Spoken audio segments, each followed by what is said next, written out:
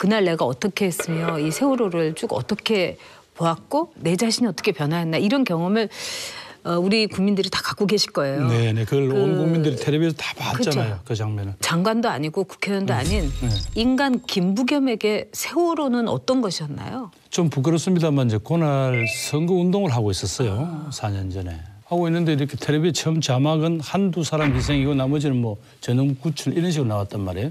그래서 그걸 이제 못 모르고 그냥 아직 전체가 다 나오기 전에 그걸 했더니 딱 이렇게 지적을 하면서 이 와중에도 선거운동에 이 미친놈아 막 바로 그냥 예? 하고 딱 보니까 다른 뉴스가 나오는 거예요. 아이고 뭐 정말 부끄럽기도 하고 제 자신이 뭐 때문에 정치를 하느냐 하는 의문도 때문에 하고 그래서 그게 지금 방금 지적하신 대로 늘 그 미안한 마음을 갖고 있죠. 네.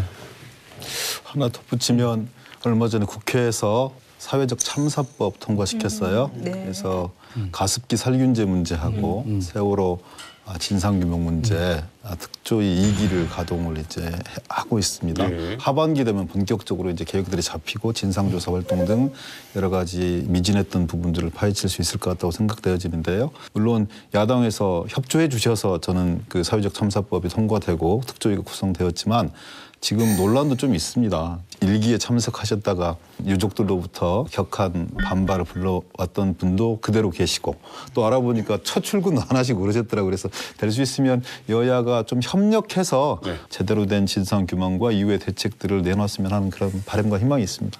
이해가 안 가는 게 황전원 의원 같은 경우 1기 때 사실 조사를 방해했던 분이잖아요. 근데 이런 분을 재추천할 때는 뭔가 명분이나 이유가 있어야 되는데 납득이 안 되거든요. 그 문제가 됐던 분을 왜 재추천을 하는지 그 이해가 안 되는데. 황 의원님은 사실은 1기 특조위 설립단을 해체하신 분입니다. 그래서 사실상 박근혜 대통령 7시간 행적에 대한 조사가 필요하다 이렇게 특조위가 결정을 하니까 사퇴하겠다면서 이렇게 문을 박차고 나가시는 분이에요.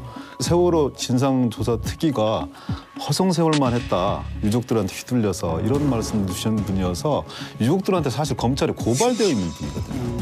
그런 분을 이렇게 특조위원으로 추천을 하니까 받을 수밖에 없는 상황이긴 하지만 그런 부분들이 좀 많이 자유한국당의 진심을 의심하지 않을 수 없는 이런 상황이라서 그거는 이제 오만한 거죠. 제가 사실 정치를 완전히 접겠다고 생각한 거는 세월호였어요.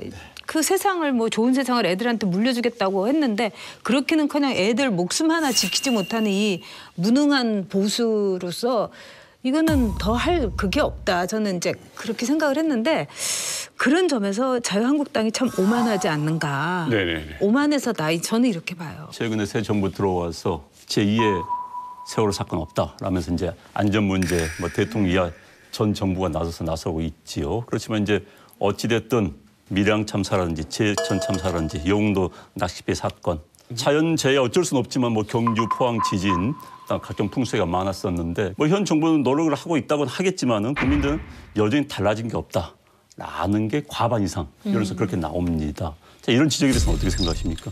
예, 뭐 그렇습니다. 우선은 뭐 현장에 가보고 해서 별 뾰족한 뭐 획기적인 대책이 있거나 뭐 이런 건 아닙니다. 근데 가보면 그동안 왜 우리가 이런 것들이 되풀이되고 했는가는 좀 이제 어렴풋이 느끼겠어요. 그중에 하나가 저는 안전에 대해서 그동안 우리가 너무 투자를 안 했습니다. 그러니까 사고를 당하면 사고를 당한 사람만 참 운이 나빴다거나 이렇게 지나간 거거든요. 예를 들면 뭐 다중이용업소 같은데 거긴 조금이라도 안전한 장치를 몇 개만 해도 그렇게 대형 참사가 나지 않거든요. 그렇게 귀한 생명을 한둘이라도 잃었을 때 그것이 갖는 우리 사회가 치러야 될 이제 상처랄까 이런 걸 생각하면 사실은 이제는 반드시 요구를 해야 합니다. 안전에 대한 투자라고 봐야 되지. 그걸 비용이다. 비용을 절감하는 게 좋다. 이런 건 아니라고 생각하고요. 마찬가지로 이제 시스템도 재난이 나면 1차 대응은 그 해당 지자체가 책임을 집니다. 그보다 좀 더 중대 재난이거나 혹은 다른 관계기관끼리 협력이 필요한 거는 이제 행정안전부가 맡고요. 최종적으로 예를 들면 이게 뭐 전국적 확산될 거라 그러면 결국은 청와대가 컨트롤 타워가 될 수밖에 없습니다. 그래서 이제 그 단계인데 우선 제도 개혁은 제도 개혁대로 하고 또 현장 대응은 그렇다고 뭐 사고가 기다려주는 게 아니니까 그래서 그건 뭐 자꾸 뛰어가면서 조금씩 고쳐보겠습니다. 그래서 지금 겨우 조금 나아진 게 쓸데없이 막 이렇게 우왕좌왕하는 시간을 가능한 한 줄이려고 합니다. 대응할 때.